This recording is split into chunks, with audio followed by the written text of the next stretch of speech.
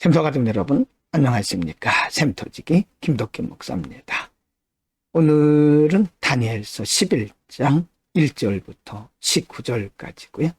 오늘 본문 말씀도 이제 온 세상의 역사가 어떻게 진행될 것인가를 가르치는 말씀입니다. 바벨론이 망하고 메데 바사에 의해서 통치되다가 메데 바사는 또 헬라에 의해서 망하고 헬라에 의해서 통치되다가 헬라는 또 로마에 의해서 망합니다.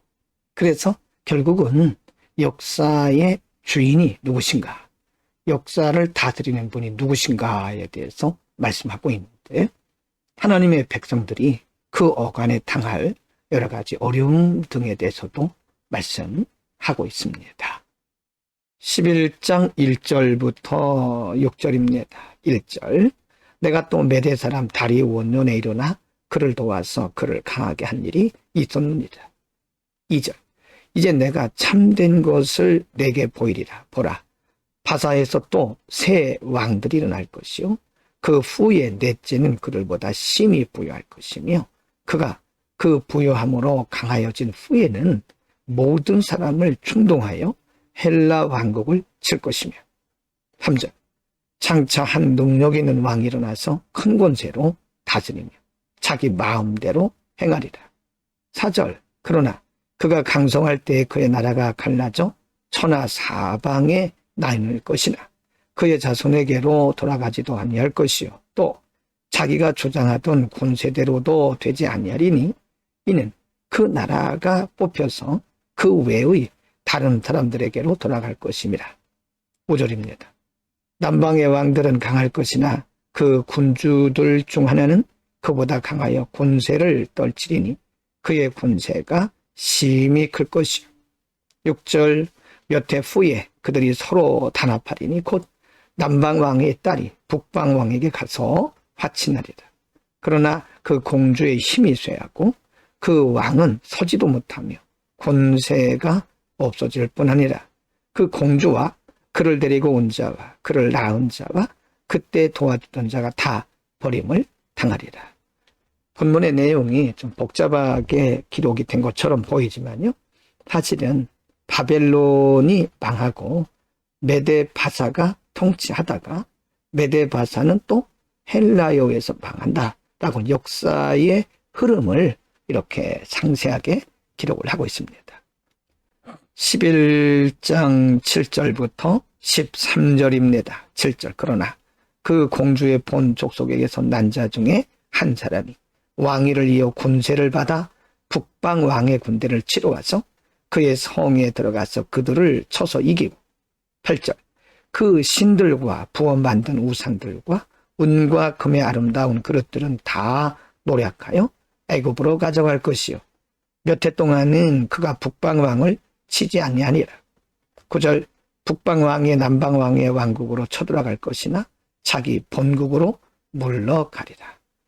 10절입니다. 그러나 그의 아들들이 전쟁을 준비하고 심히 많은 군대를 모아서 물이 넘침같이 나올 것이며 그가 또 와서 남방왕의 견고한 성까지 칠 것이요. 11절, 남방왕은 크게 노하여 나와서 북방왕과 싸울 것이라. 북방왕이 큰 무리를 일으킬 것이나 그 무리는 그의 손에 넘겨준 바 되리라. 12절, 그가 큰 무리를 사로잡은 후에 그의 마음이 스스로 높아져서 수만 명을 엎드러뜨릴 것이나 그 세력은 더하지 못할 것이요. 13절, 북방왕은 돌아가서 다시 군대를 전보다 더 많이 준비하였다가 몇 배, 곧 몇 해 후에 대군과 많은 물건을 거느리고 오리라. 바벨론이 망하고 메데 바사가 통치하고 또 메데 바사는 헬라에 의해서 망하고 헬라가 통치하다가 헬라는 로마에 의해서 망하고 하는 역사의 흐름을 이렇게 말씀하고 있는데요, 이 땅에는 절대 강국, 절대 군주가 없다는 사실을 말씀하고 있습니다. 11장 14절부터 19절입니다. 14절, 그때 여러 사람이 일어나서 남방왕을 칠 것이요, 내 백성 중에도 포악한 자가 스스로 높아져서 환상을 이루려 할 것이나 그들이 도리어 걸려 넘어지리라. 15절. 이에 북방왕은 와서 토성을 쌓고 견고한 성읍을 점령할 것이요 남방군대는 그를 당할 수 없으며 또 그가 택한 군대라도 그를 당할 힘이 없을 것이므로 16절. 오직 와서 치는 자가 자기 마음대로 행하리니 그를 당할 사람이 없겠고 그는 영화로운 땅에 설 것이요 그의 손에는 멸망이 있으리라. 17절. 그가 결심하고 전국의 힘을 다하여 이르렀다가 그가 화친할 것이요 또 여자의 딸을 그에게 줘 그의 나라를 망하게 하려 할 것이나 이루지 못하리니 그에게 무익하리라. 18절. 그 후에 그가 그의 얼굴을 바닷가로 돌려 많이 점령할 것이나 한 장군이 나타나 그의 정복을 그치게 하고 그 수치를 그에게로 돌릴 것이므로. 19절. 그가 드디어 그 얼굴을 돌려 자기 땅 산성들로 향할 것이나 거쳐 넘어지고 다시는 보이지 아니하리라.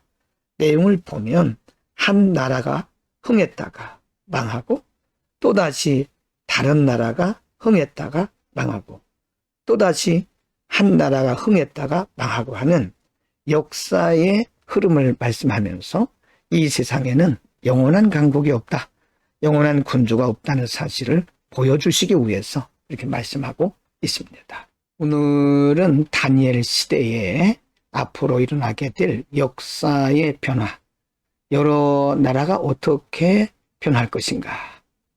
당시는 바벨론 제국, 메데바사, 그리고 헬라, 로마 이런 식으로 역사가 흘러갔는데요.